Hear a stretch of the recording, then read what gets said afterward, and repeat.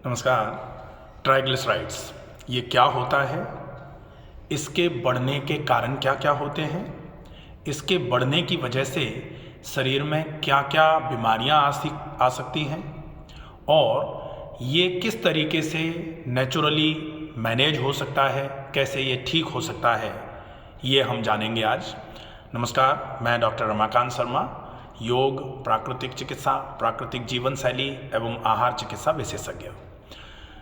Triglyceride मूल रूप से फैट का ही एक फॉर्म होता है। जब हम फैट का इंटेक करते हैं तो जितना फैट उपयोग में आना होता है उतना फैट उपयोग में आ जाता है और बाकी का जो फैट उपयोग में नहीं आ रहा है वो ट्राइग्लिसराइड्स के रूप में या तो मसल पर या फिर लिवर पर जमा होना चालू हो जाता है। धीरे धीरे करके जब ये जमा होते होते अपने सामान्य स्तर से ज़्यादा होना चालू होता है तब फिर ये हमारी मांसपेशियों को ख़राब करना चालू करता है, ये हमारे लिवर को ख़राब करना चालू करता है और जब इसका स्तर जो है वो हाई या वेरी हाई की कैटेगरी में पहुंच जाता है तब फिर ये हार्ट डिसीज़ेस के लिए एक रिस्क फैक्टर बन जाता है।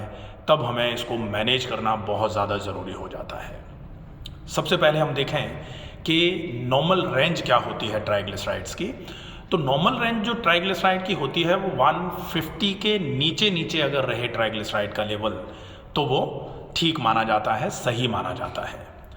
150 से लेकर के 200 के बीच में अगर है तो इसको मानते हैं कि ये नॉर्मल ही है, बॉर्डर लाइन हाई बोला जाता है इसको, कि बॉर्डर लाइन पर है ये।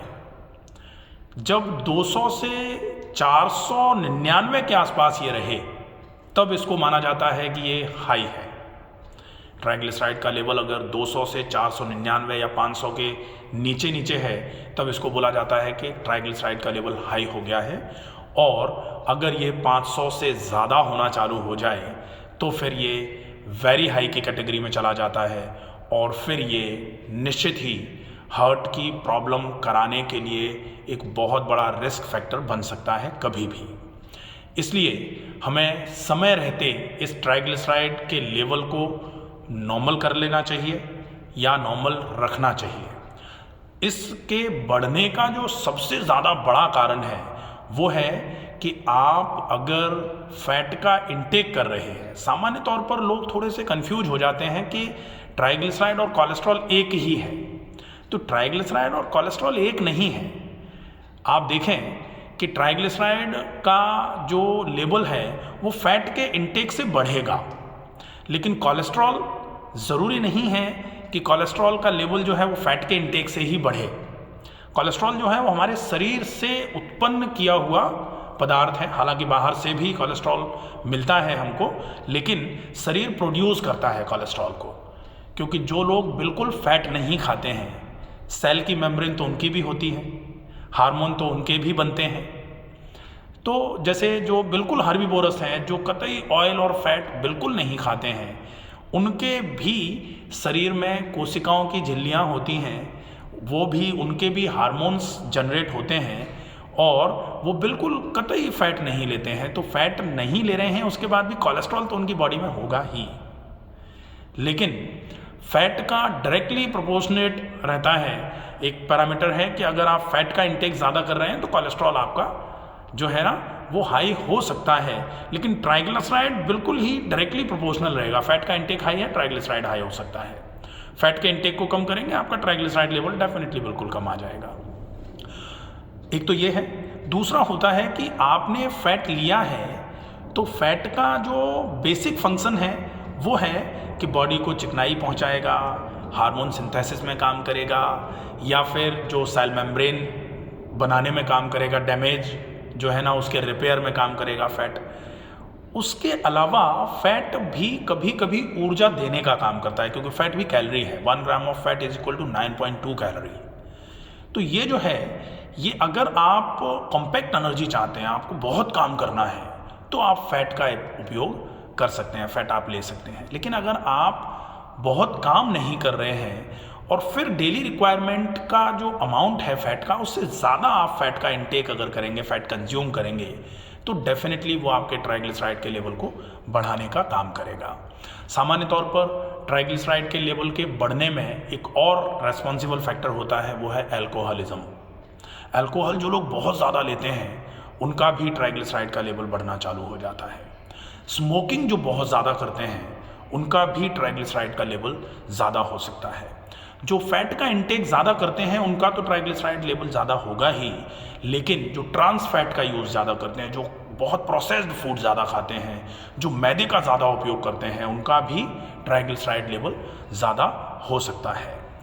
अब बात करेंगे हम कि ये बढ़ता हुआ ट्राइग्लिसराइड जो है ना, वो अगर मान लेते हैं कि ये 350 से ज़्यादा आ रहा है, 500 के बीच में है, लेकिन ये भी हाई की कैटेगरी में तो है ही कि हाई ट्राइग्लिसराइड लेवल है, तो ये भी आपके हार्ट के लिए एक रेस्पॉन्सिबल पॉजिटिव फैक्टर बनेगा हार्ट डिसीजेस के लिए, कोरोनरी आर्टरी डिसीजेस के लिए। एथेरोस्क्लेरोसिस कराने में ये भी हेल्पफुल हो सकता है। एथेरोस्क्लेरोसिस रहेगी तो कहीं ना कहीं या तो एंजाइना होना चालू हो जाएगा, रिपीटेडली एंजाइना रहेगा, या फिर मायोकार्डियल इन्फार्क्शन का कारण बनेगा। वो धीरे धीरे करके प्लैक जो है ना वो जमा होना चालू हो जाएंगे और उसकी वजह से धीरे धीरे करके आपको कोरोनरी आर्टरी डिजीज़ होना चालू हो सकती है। तो एक तो सबसे बड़ा कारण तो यही है। दूसरा, ये आपका जो है ये डायबिटिक है, अगर आपकी शुगर की वैल्यू ज़्यादा रहती है तो भी निश्चित ही ट्राइग्लिसराइड के लेवल के बढ़ने में बहुत मदद मिलती है शुगर ज़्यादा रहने की वजह से। तो अगर आप डायबिटिक हैं तो आपको बहुत अच्छे तरीके से अपनी शुगर की वैल्यू को कंट्रोल करके रखना चाहिए। और अगर आप सेडेंट्री लाइफस्टाइल को लीड कर रहे हैं तो कैसे भी करके आपको अपनी लाइफस्टाइल को सेडेंट्री लाइफस्टाइल से हटा करके एक्टिव मोड पर शिफ्ट करना ही पड़ेगा। उसके अलावा आपके पास इस ट्राइग्लिसराइड को कम करने का, ख़त्म करने का कोई परमानेंट सॉल्यूशन तो नहीं है।